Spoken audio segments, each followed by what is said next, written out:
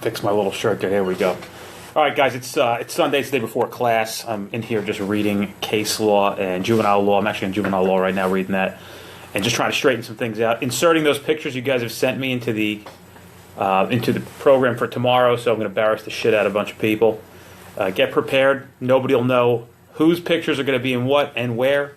It's kind of fun part with the class. But today we're going to talk about, because we're having a discussion in a previous post about rear seat passengers being secondary offenses on a motor vehicle stop. Now these are gold mines, folks. If you haven't been looking at rear seat passengers, you've been losing out big time. I've made some huge arrests on rear seat passengers not wearing their seatbelts. How do you go about doing that? Let me just read the statute to you first. And this is let's see. It is called an act concerning safety seatbelt usage and amending supplement, blah blah blah blah. All right, so I left the link on the other side for you. You guys can click on that link, and it'll bring you to the statute. If you go to the post below this video, I'm not going to repost it. Maybe I'll just repost the link so you guys know what to click through, and you can read the statute and how it was amended. And this was amended in 2010, I believe, if I recall correctly. Anyway, so what the amendment was, it says all rear seat passengers 18 years of age or older of a passenger automobile operated on a street or highway in this state shall wear a properly adjusted and fastened seatbelt. All right? That's what it says. So at the bottom, people have asked me, hey, where does the secondary violation come from? Right here on the bottom, it says enforcement of the provisions of subsection C of this section by state or local law enforcement shall be accomplished by treating the violation thereof only as a secondary offense when the driver or passenger of a motor vehicle, I just hit the power button on my computer, of a motor vehicle has been stopped for another reason. So, what does this mean? Well, now you have rear seat passengers not wearing seatbelts who are now subject to a summons under Title 39. They have to provide, you can compel identification, so they must provide identification because they're subject to a summons. So, we talked about this, and I don't want to get anybody confused. If they're refusing to provide information or provide documentation, then it's obstructing administration of law. They're arrestable under 2C29-1A, and the case law in 1985, off the top of my head, I can't think of it, for failure to provide documents.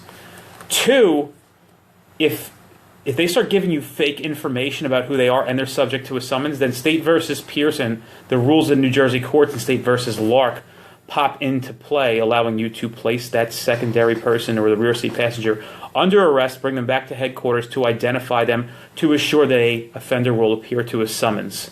And you're allowed to do that. I did it a lot. There's a lot of guys out there doing it. Don't be afraid of it. Let your bosses know before you go and do it what your plans are. And I got to tell you how many people I've arrested, and I got fugitives, drugs, rear seat passengers, and other passengers in the motor vehicle. That's where it's at, guys. Sometimes it's the driver, but a lot of times it's the rear seat passenger and the front passenger. And that's where you trip them up because they don't realize that not wearing a seatbelt in the back is illegal. And I'll just advise people, hey, by the way, you're sitting in the... it's not a tracksuit, Matt. This is just a workout gear, not tracksuit, dude. But I'll advise folks in the back, hey, you need to see everybody's rear seat, everybody who's in the rear seat of the car not wearing a seatbelt. I'll need to see your ID. We'll have that one guy's like, well, I don't have my ID. Okay, what's your name and date of birth? Don't know my SOCH. Can't find him in the system. Time to bring him back down to headquarters. What else? Also, when you're going to stop these cars, what I want to tell you was, not only are you noticing your primary violation and what you're looking for, but notice when they pass you, if you can take a look, or at least when you're behind them, if you can see if they have their seatbelts on or not. Let's see. What other traffic stuff is considered secondary, like littering from the rear as window as well? No, that's a primary. I don't know of anything that is secondary outside of the rear seatbelts. The rear passengers not wearing seatbelts. I'm not sure, man. I really have to look into it. These are the things that I used to employ effective methods of proactive patrol and make a lot of arrests. All right, sorry for the side note. Maybe a note. Okay, video on court testimony, tips and tricks you've seen defense attorneys use to try to trip you up.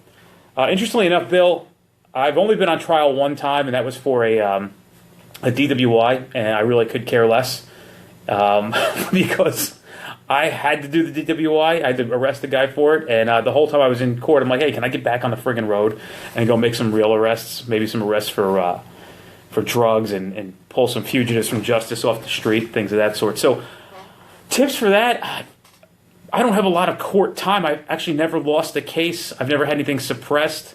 So I haven't had time on the stand, to be honest with you, as a testifying. I just haven't been tied to anything like a murder where they would go to trial on that, and I just haven't had to testify really much in a trial.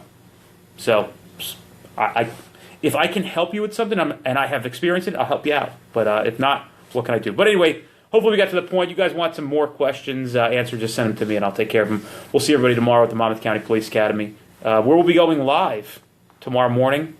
Just going to pick a portion of what we're going to do. So I can't give you an exact time frame. Depends what time we let people come in. Probably somewhere around 9 to 10 o'clock. We'll be going live in the morning. If you guys want to tune in, we'll do some case law stuff in the morning. I just wrote good. Dude, once you know all this stuff, Bill writes, my bad. Didn't realize I was talking to Dennis. Case close, Benino. Once you know this stuff and you get this case law, you know how to make your cases bulletproof, man. You can wrap them up real tight so nobody gets screwed with them. And I knew what I was doing. It was a simple process. I knew how to approach things and what I could and couldn't do. And this is why I have this class here, so you guys can make sure that you don't have to go to trial and you get caught up in these caveats and these things that you missed and you made mistakes. It would be cool if there was a closed captions on these videos. Oh yeah, wouldn't there be? So we are going to start closed captioning things. Thank you, Nicholas. But Nick is like my partner on the group thing now. All right, so guys, I'm going to jump off. I got to get back to finishing up class prep for tomorrow.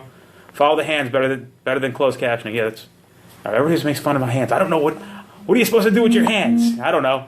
I'm 3/4 Sicilian. I'm supposed to go like this all the time. I don't know. But anyway, yeah, exactly, dude. All right, Bill. I'll see you guys later. Hey, thanks for watching the video. If you liked what you saw, subscribe to our channel or leave a comment below, and also like us too. It means the world to us.